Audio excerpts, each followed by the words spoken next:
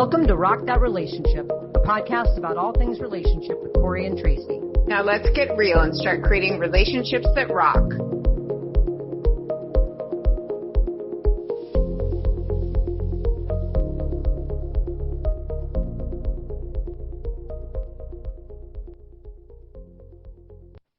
Hello, everyone. Welcome to another season of Rock That Relationship. It is season 10. Tracy, we're in double digits. How are you feeling about that? Fantastic. Uh-huh. Amazed. It's all your work, not mine. We have recorded, we're getting, at this will be season, 93. This will be 93. This season will put us over 100 episodes. Pretty cool stuff. I know, right? Wow, that's fantastic. Yeah. And we still have so much to talk about. We have so many seasons on the docket. But this one is one I've been so excited about for a while. So I'm really glad we're getting to it.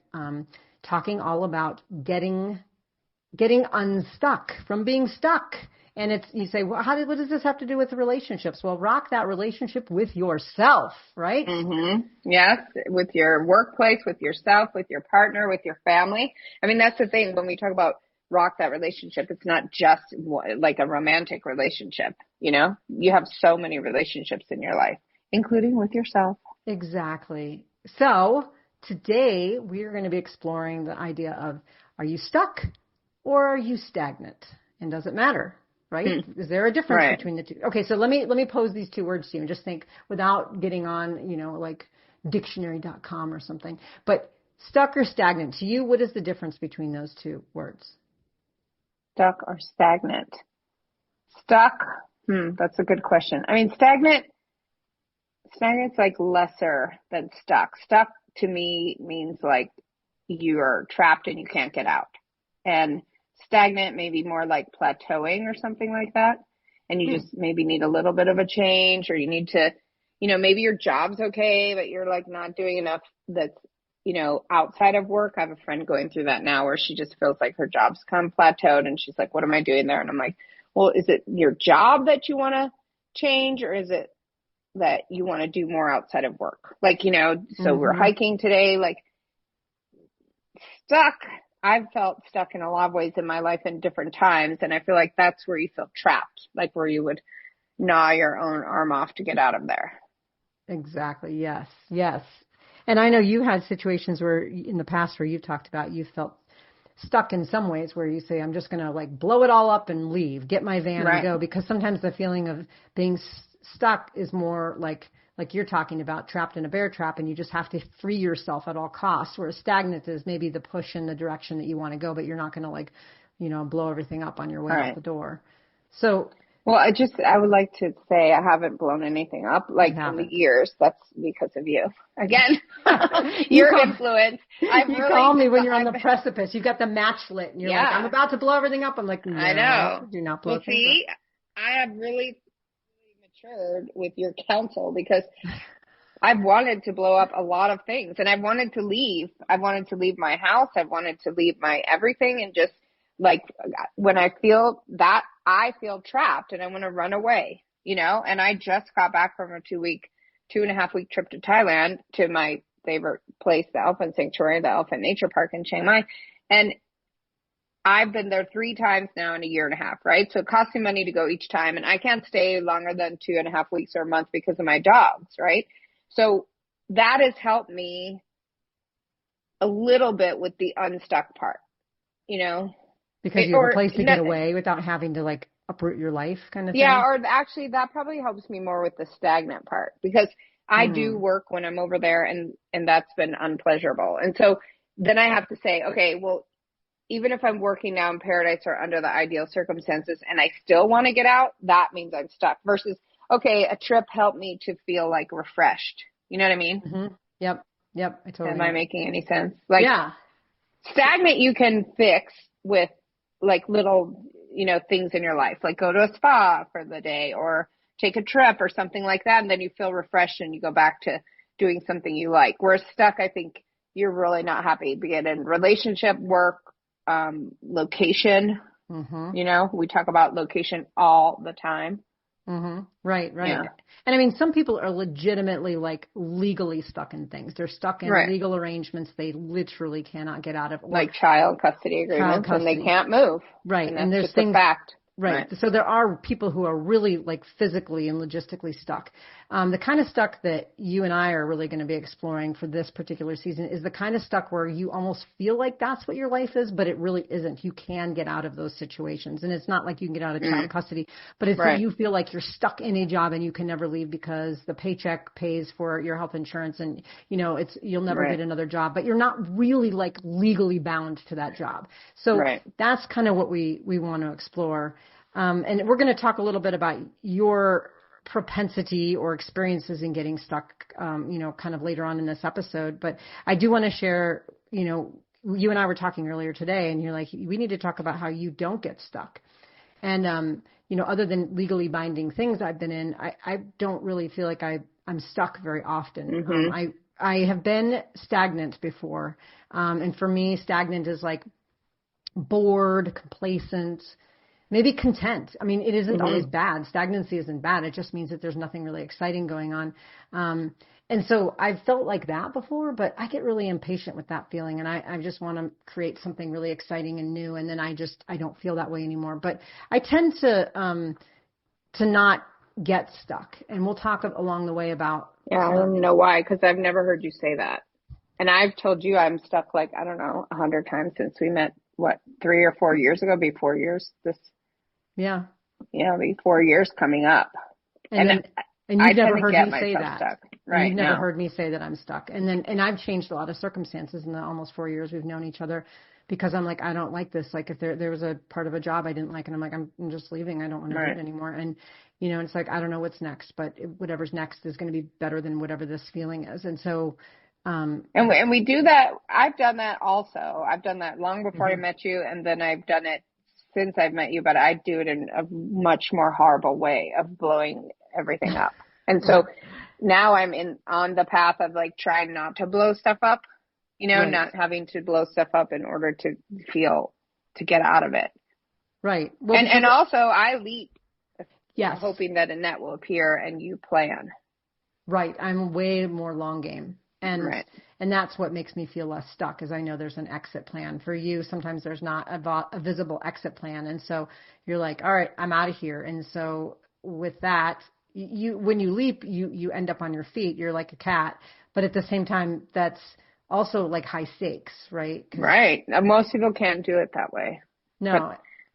But I'm a risk taker. And I do think that that's something that has to be evaluated if you're thinking about taking a course of action. Are you a risk taker or not? Because a person who's not a risk taker doesn't want to do the way that I do, right? And that would be terrifying, I think, for most people. Well, and also your circumstances. Like, you may or may not do those things if you had children and you were paying for their livelihood and their health insurance. You may not like walk away from a job or something in the same way. And so your circumstances, and same with your circumstances the other way around, right? Where you like, well, I just wanted to just pick up and go, but I've got my dogs and my dogs stay here. So you also have some circumstances which dictate whether or not you continue to stay stuck in whatever you're doing. But, For sure. But I also keep getting dogs. That's something that should be examined in therapy. Because if I didn't have the dogs, I would be living in Thailand, right? Or a van, or in San Diego, as a stand-up comic in LA, or as a police officer in Seattle. I mean, or in Hawaii. I mean, we've talked about all different kinds of things. I think part of it is that not that you want to be stuck, but you like to stick. And if you have the dogs, it gives you an excuse to stick, even though you might say to everybody, I don't want to be stuck, because you're not. But I think you like the grounding nature of having them, because if not, you would be like an untethered balloon.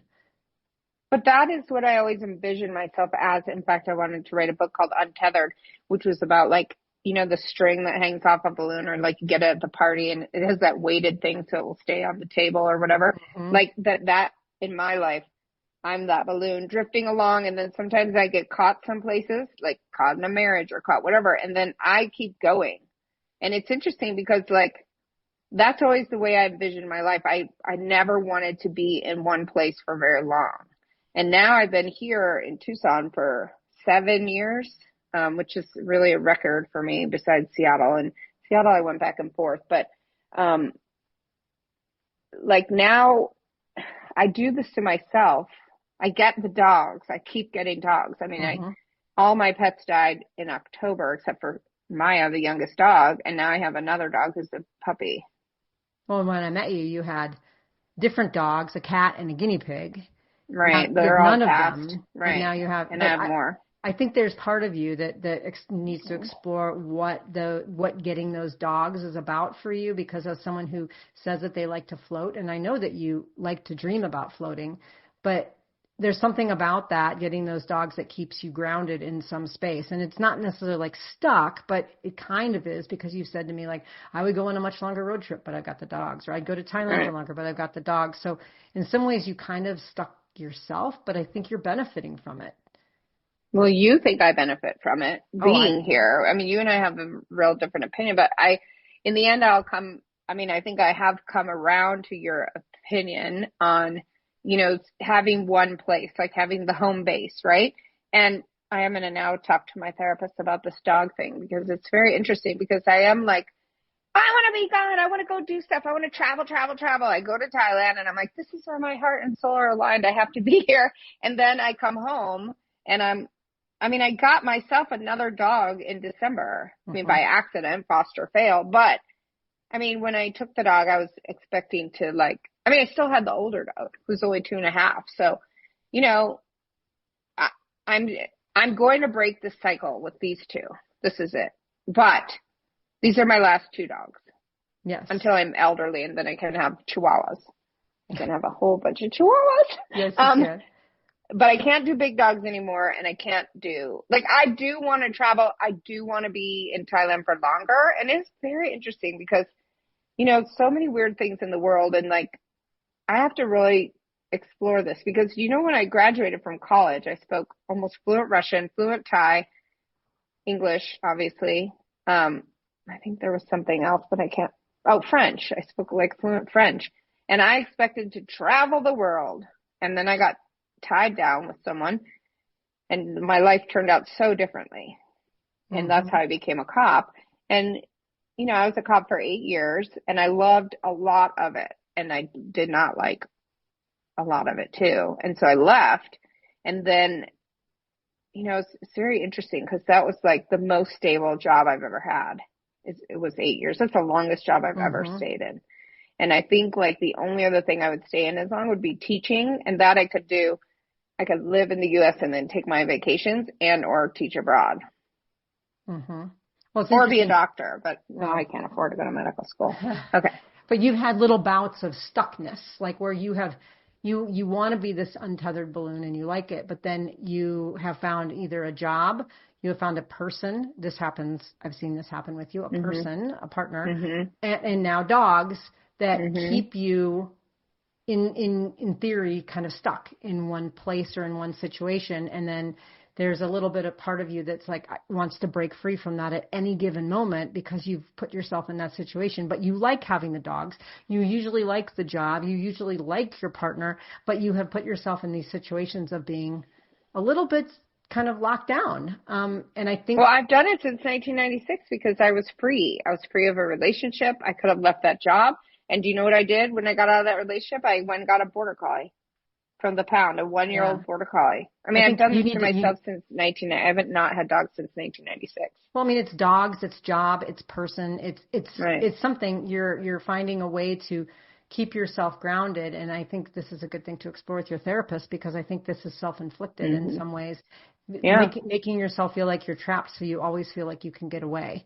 Like the goal is to get away, when really. Do you think I like that feeling? I think I don't. That's interesting. I think there's part of you that you send me notes on this so I can bring up the notes to my therapist. Yes, you can read the show notes, but I know.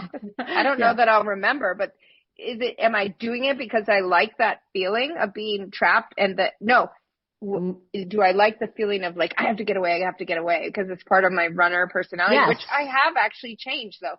But see, I am changing that runner thing. My attachment style is changing. And I say this all the time on the podcast. During my marriage, I was a disorganized attachment, push, pull, run. And then I dated 3 people who were that way to me. And I was like, oh, yuck. That was not nice that I was doing to my partners. And now I have developed what I think is a secure attachment style. Well, that's probably also why you've committed to, as you're still in development of it, but that's why you're probably thinking now, like, I don't want to get more big dogs, because you're now realizing that. And you're also, we've gone a couple months without you talking about selling your place. And so, Right. Maybe that's switching, but I don't think that you like the feeling of being kind of trapped or trapping yourself. I don't think you like that feeling, but I think you like the feeling of hope and exhilaration of what's still out there for you, if only ... you could get out of your situation. But every time you get out of your situation and you have a chance to go do whatever that is, you put yourself right back into one of those situations to prevent yourself from going and doing it again. Very interesting, Corey. I know, right? I don't think I had thought of it that way. Well, there's some. I think of myself as a dog rescuer, right? I mean, of course, all my animals are from the pound. I'm really torn. It's not just the dogs, though. It's the relationships. But a psychologist would say, like, we have this desire to be grounded. We have this desire to have community and whatnot. And how would I have community if I was just bouncing all over the world? I would now, like, via Facebook, right? But yeah, I do have feel community all over the world, Tracy. That's the thing. You have community when you go other places. So, and you create community very fast. I don't know. I just think there's something really interesting. Like I'm kind of a grounded person. I like being grounded. I like being in things long term. I've had only a couple jobs in my entire life, and I've been in them for a long time. I just finished a decade at my current job, and prior to that, I was in a job for 13 years. And so, and I'm in very long-term relationships, multiple years, and I like that feeling of being settled, and it doesn't make me feel trapped or stuck. And so if I'm starting to feel stagnant, then I, do something like, I join a basketball league, or I go hike something else, travel or write a book or something. And I whip it up, but I don't typically like topsy-turvy my life, or even envision or imagine, like you kind of fantasize sometimes about topsy-turvying your life and about how great it would be if you could just get to the next thing. And that, like, to me, that's not appealing at all. I don't want to topsy-turvy my life. I like my life. Well, I'm not doing that anymore. I've been in this house now since 2021, right? Yeah. I've been in this townhouse since 2021. It's now 2025. I know. Okay, but how many times have you told me, I'm just going to sell the house? Nauseous. I'm going to get a van.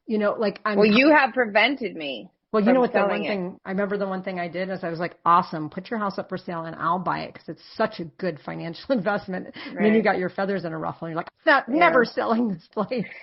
Well, again, that's like with Bethany telling me, like, I'm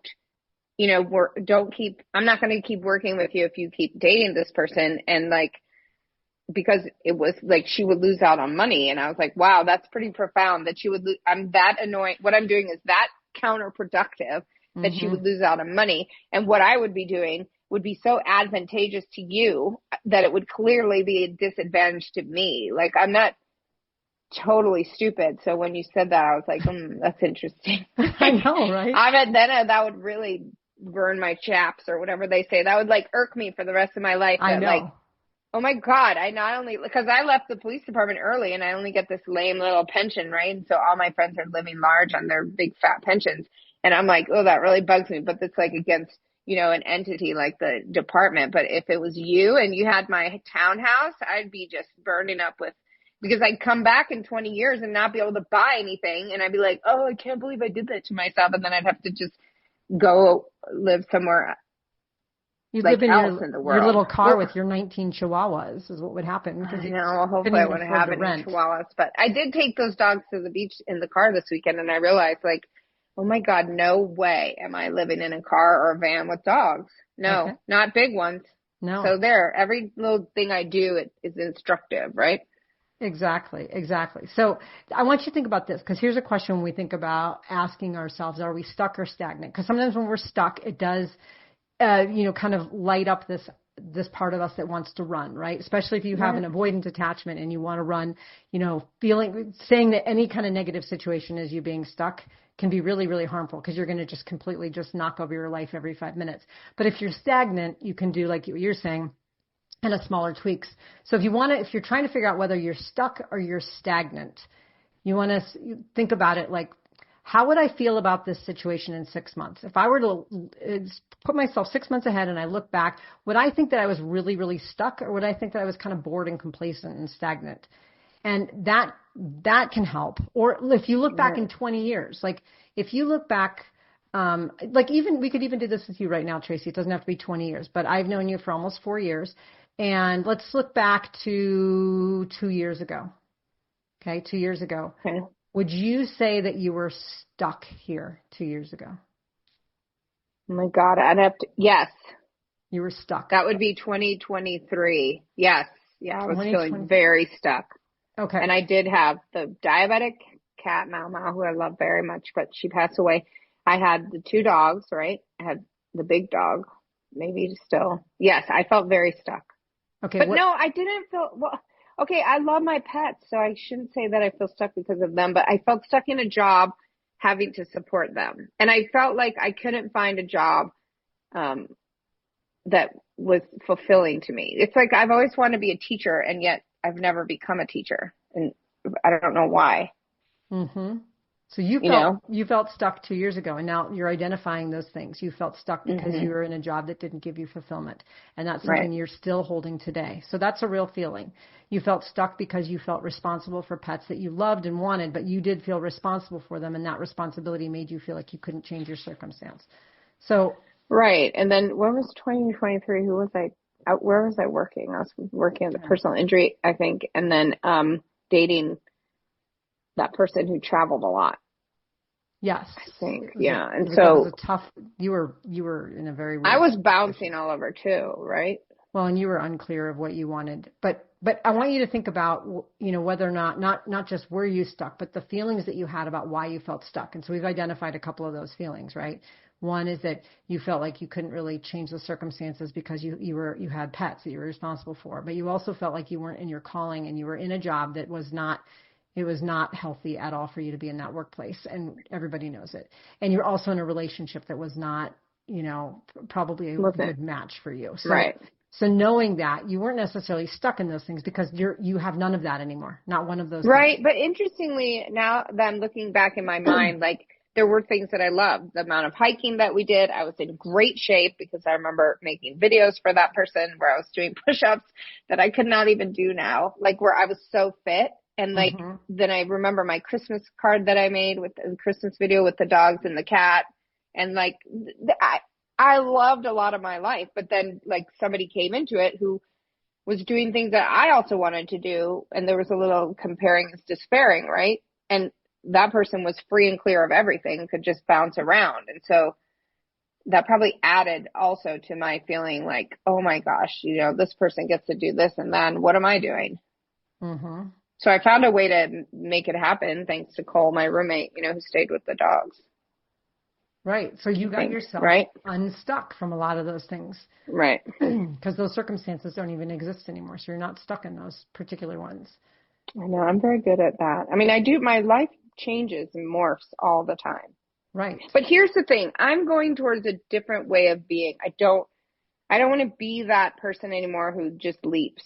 Yes, I want to have great things happen and take big steps and have career satisfaction in addition to like life satisfaction. I'm super, super happy right now. Like it's funny because every time we start a new season, it depends on what's going on, like whether I'm happy or not, or happy with my circumstances, I should say. But like, I'm so happy. I'm like happy with everything is in perfect alignment for me right now.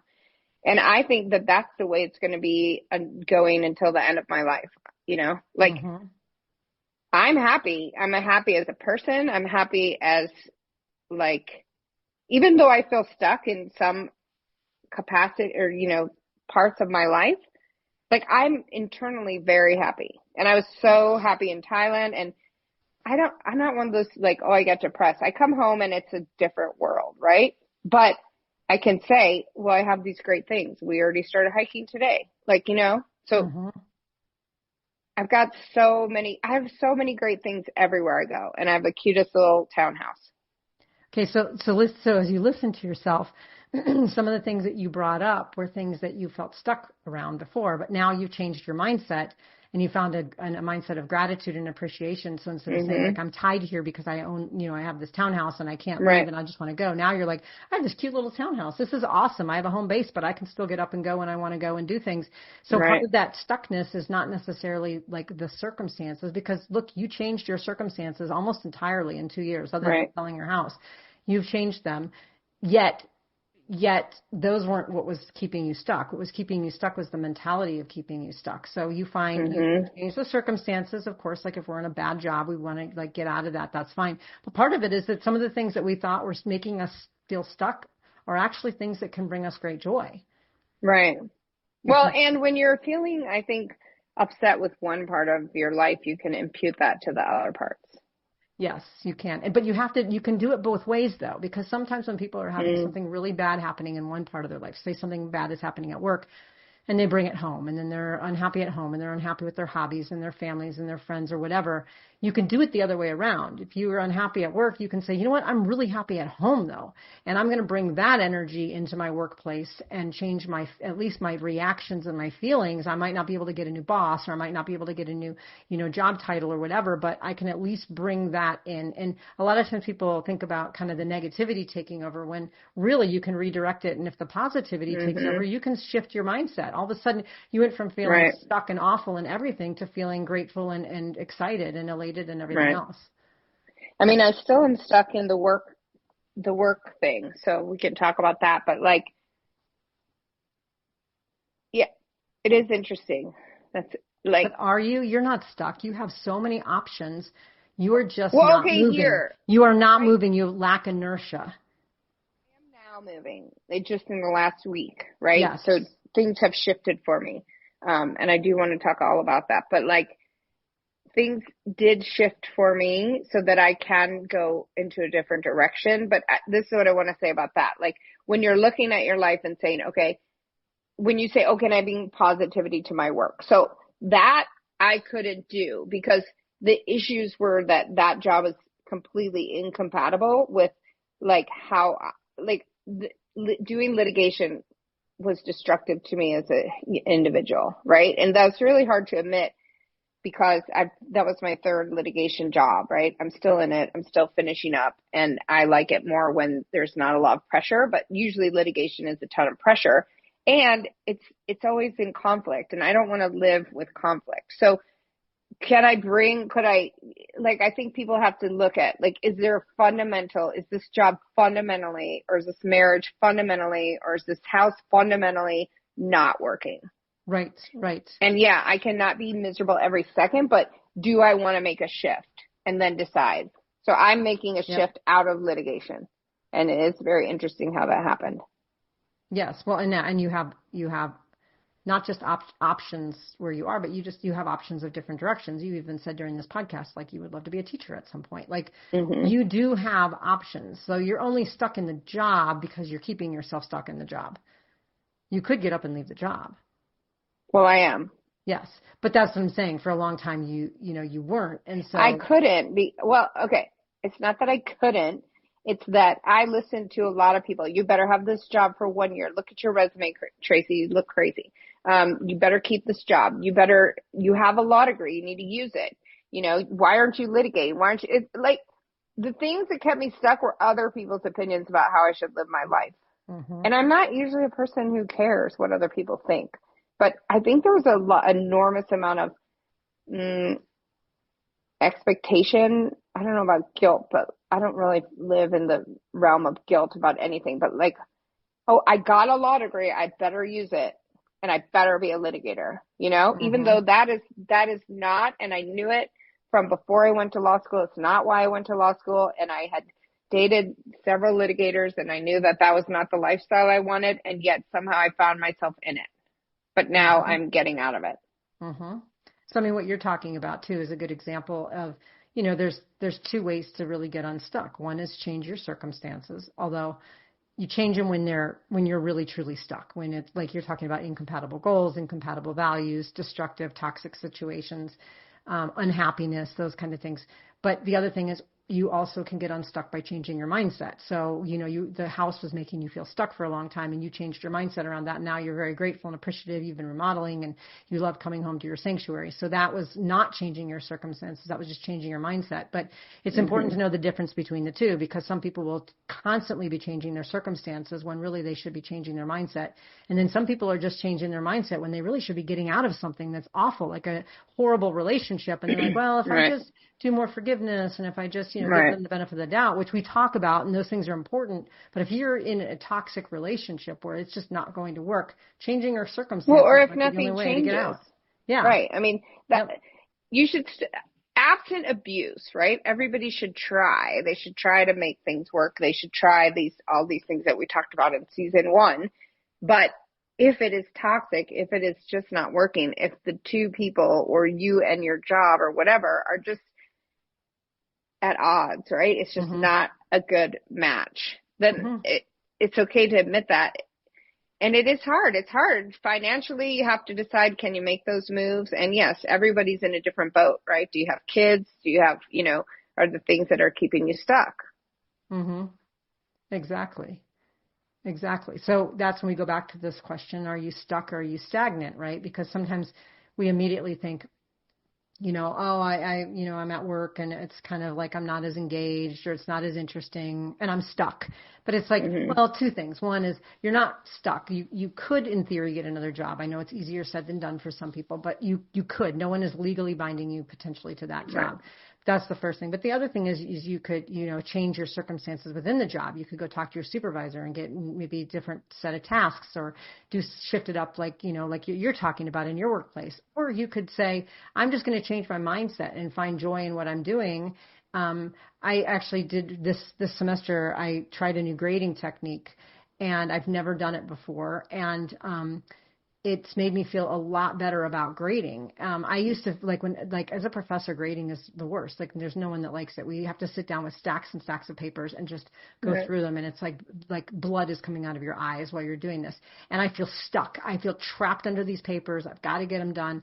And I started doing it in chunks or like small chunks instead of like in big full swoops. So I used to do it where it was like they'd turn the paper in at a certain time and then I'd sit and I'd grade all of them.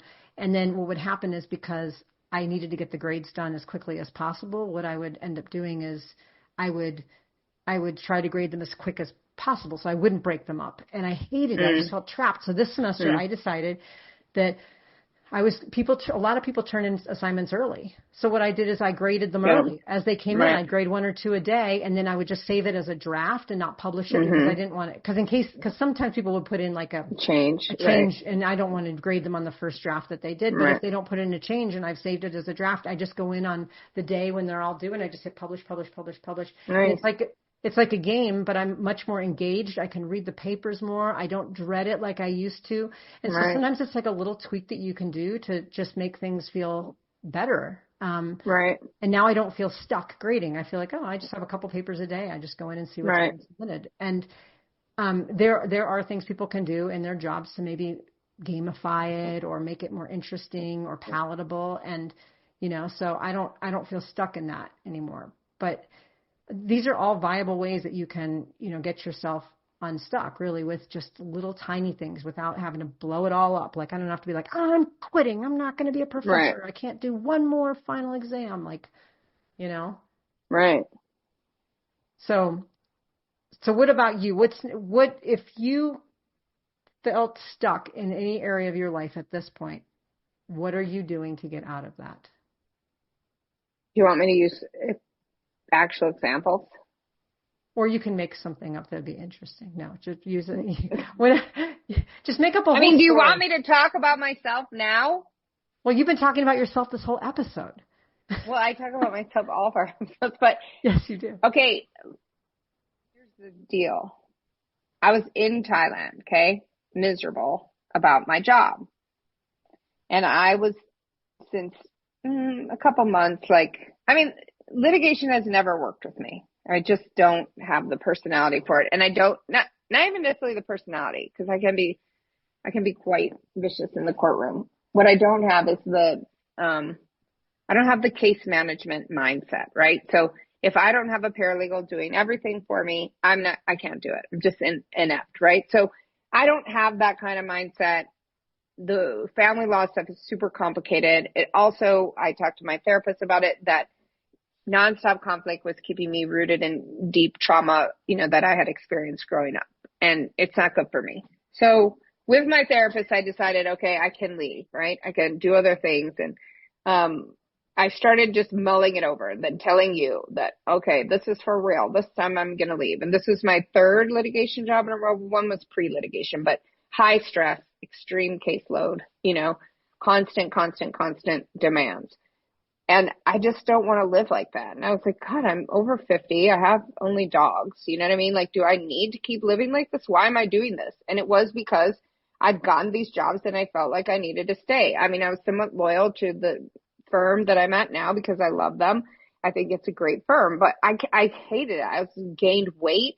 I felt like I was going to have a heart attack. I've never felt like that. I was, like I'm a super, super healthy, thin, like hiking person. And I literally thought I was going to die of a heart attack. Do you remember I called you? I thought my head was going to pop off. I mean, my blood pressure used to be like 90/58, like really low. And then like, even when I was at the airport in Taipei, I did it. It was like over 100. I've never been like that before. And it was all the job.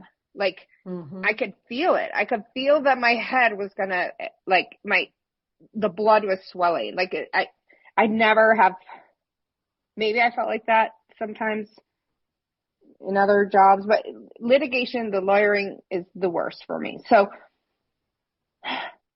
it's hard to leave because I love how smart lawyers are. I love being around other lawyers and hearing like their brains work in a different way than most people's, right? And they're so sharp and they're so fast. And I want to have all that knowledge. I just don't want the responsibility. And then with me and family law, it's like some of the clients, they stay embroiled in these horrible situations, right? It just, you can't get out of it. And I like to be a problem solver, not like, I don't want to be part of a perpetual problem. Like if I was a doctor, I would be an emergency room doctor. That's it. That's the only thing I'd want to do because I don't want to deal with people's long-term inability to get themselves unstuck of whatever is wrong, right? So in Thailand over the weekend when I didn't have to work and I could just do the, physical labor at the sanctuary and then be in my room, I wrote my resignation letter and it was very personal. It wasn't very professional. I sent it to you and it was like, oh my gosh, I'm like a happy person, nice person. I like do all these good things in the world. And yet when I'm at work, I feel like I'm an awful person who's never doing anything right, who's like, everybody's jumping down my throat and I feel like crap.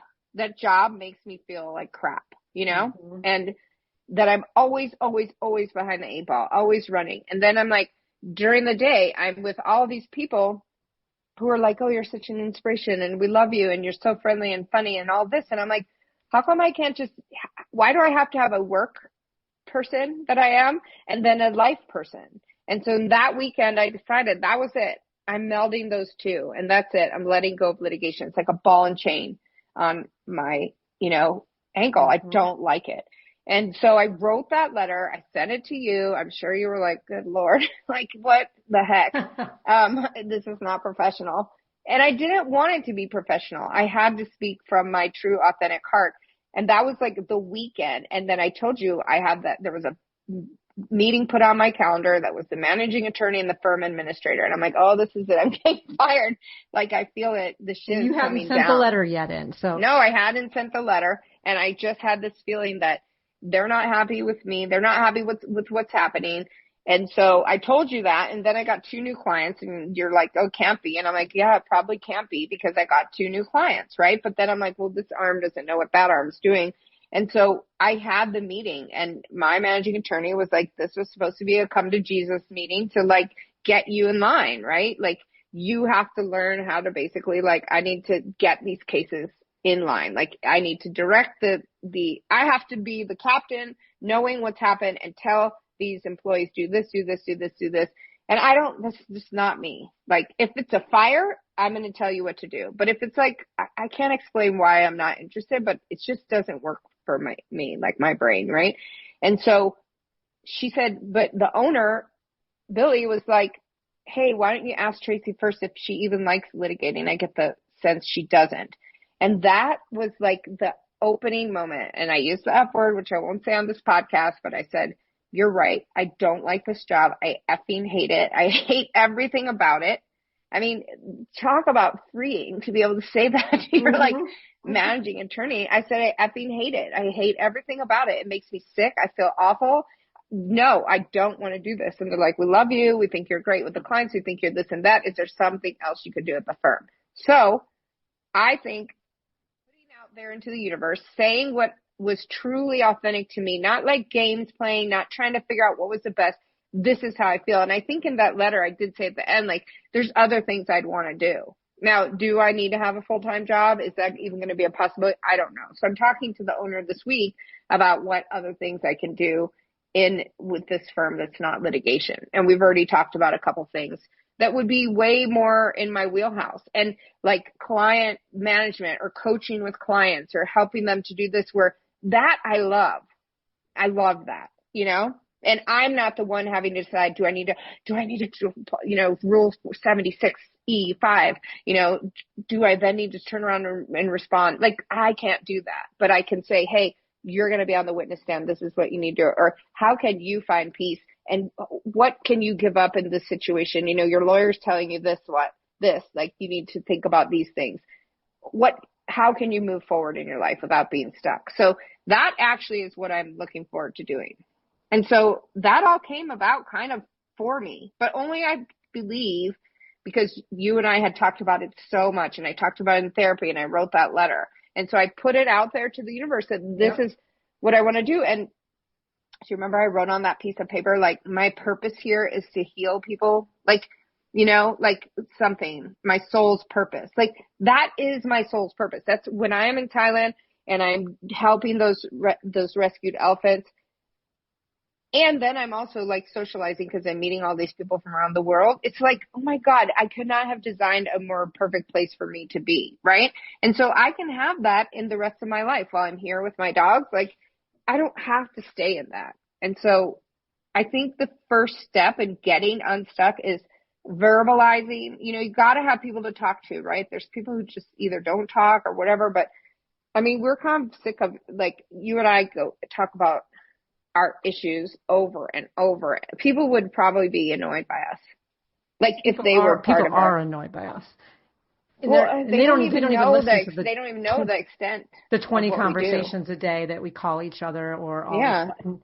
But they don't have any idea how much we process. But if we have processed that, I think for your situation, then for my situation, we got ourselves to, when that ended, either the job or the relationship or whatever, we were okay with it because we had processed it so much.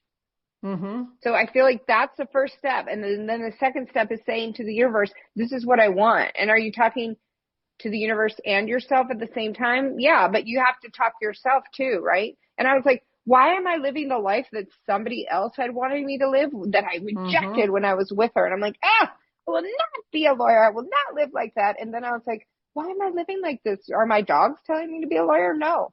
And so as soon as I started to put that out there, everything changed for me. And I mean, I'm in the middle of it right now, so I don't know how it's going to turn out. Well, it's going to be different than what it currently is. That's one thing you know. I'm not litigating anymore. That is off the table. But, you know, the other thing, too, that I think is important that you're talking about is this idea of clarity.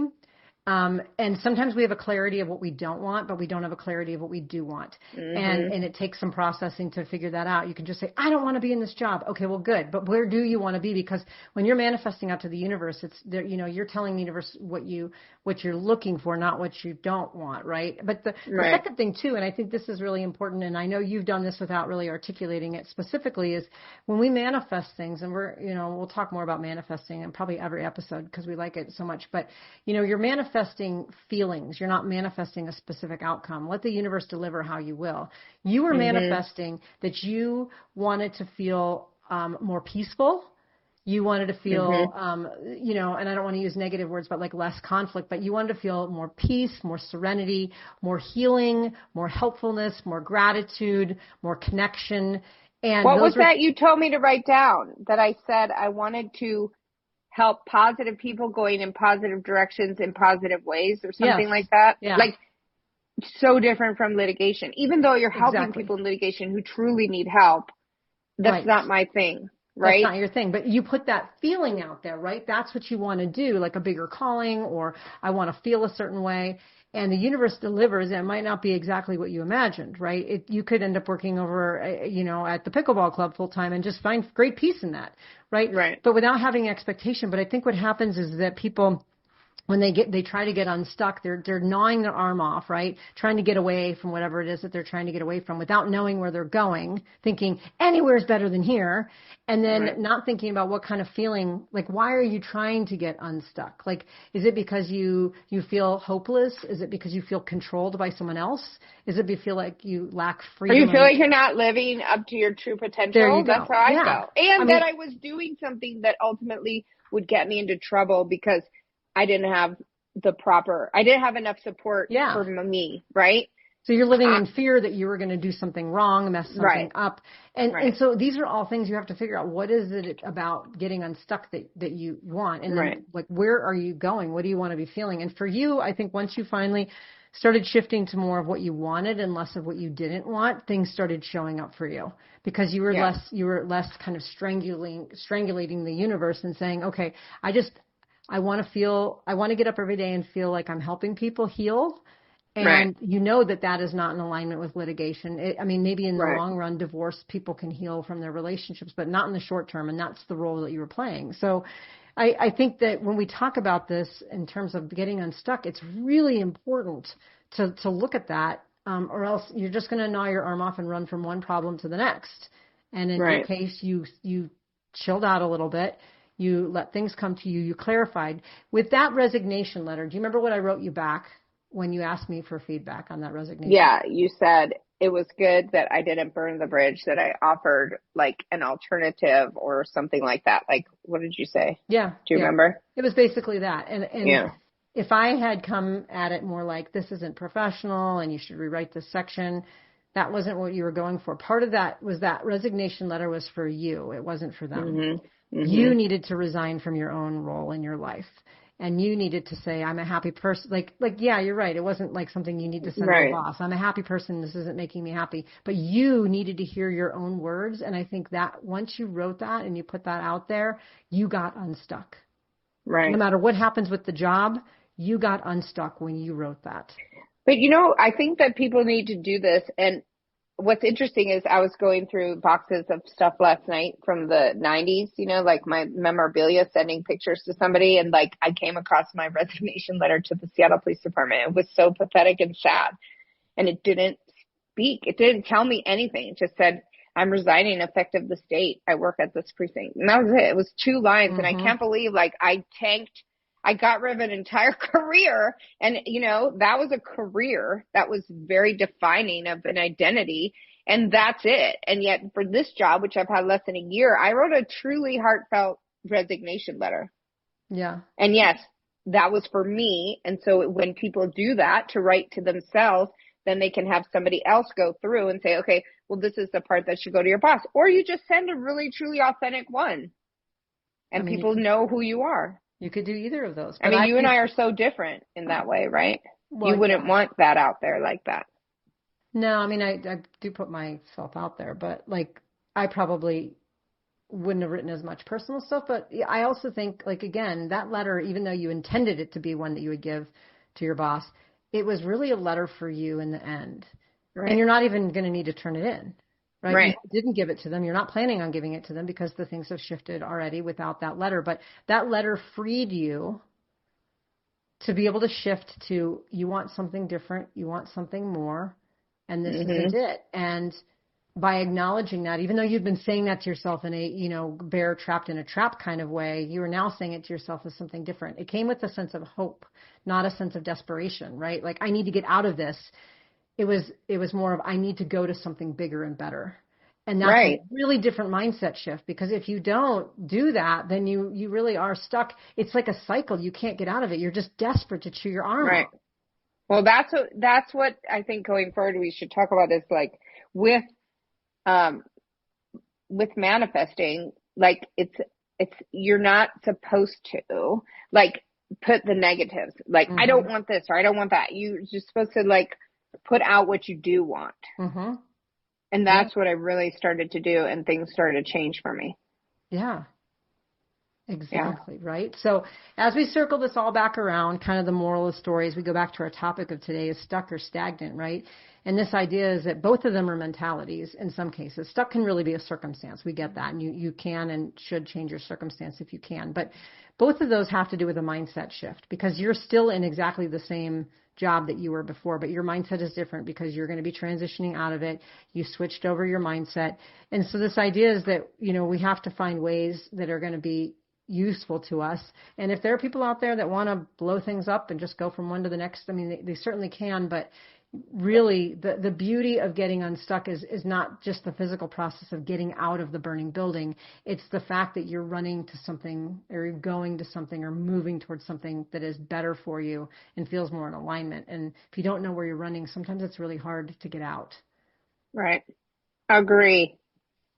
Wow, we agree. First episode of the season, and we agree. No. Oh, I was going to say, we've agreed in other episodes. Yes, we're starting off the season really good. Well, this is the thing. Our listeners are going to be curious to know how this all unfolds. And like every season, we seem to know a lot about Tracy's ordeals, because my life is a series of ordeals. It is, because you can track. You're like, oh, season 3, she was dating this person. By season 4, she was single, or whatever it was. I don't remember, but you definitely know. Every season, it's been something different, I believe. Yes, and it definitely impacts the stories you share and all of that. And so this is going to be one of those seasons where people are going to be on the edge of their seats to hear. And the cool part is but oh no, edge of their seats. All those 5 listeners that we listen in Singapore. Remember, we are in the top podcast of Singapore. Come on, true. They're going to be waiting to find out about what happens here. But that's the cool part about having all these episodes. You can just binge them right through and find out what happens. Or you can friend Tracy on Facebook, and you can also find out what happens. You can do both. You can do both. So exactly. All right. Well, it has been another great conversation. I'm so looking forward to this season. It's going to be fascinating. And I look forward to all of the great things that we discover about ourselves, things we learn about ourselves, and our therapists are going to be really grateful we're doing this season. We have more to talk about. I'm going to make an appointment right now to discuss the dog thing. Why do I get so many dogs? Maybe this episode should be called "Why Do I Get So Many Dogs?" Why do I keep getting? Don't make it sound like I'm a dog hoarder. I only have 2 at present. Why do I keep getting dogs? Why do I keep getting dogs? Why do I keep getting dogs? Okay. Big dogs, my God. I know. So, okay, well, anyways, this wraps it up for our first episode of the season. And to all of our listeners out there, until our next episode, go out there and rock those relationships. If you liked what you heard, check out our show notes for resources from today's episode. Make sure to follow us on Facebook and Instagram under Rock That Relationship, and go to our website at rockthatrelationship.com for updated episodes and more great information. Thanks for listening. Now go rock those relationships.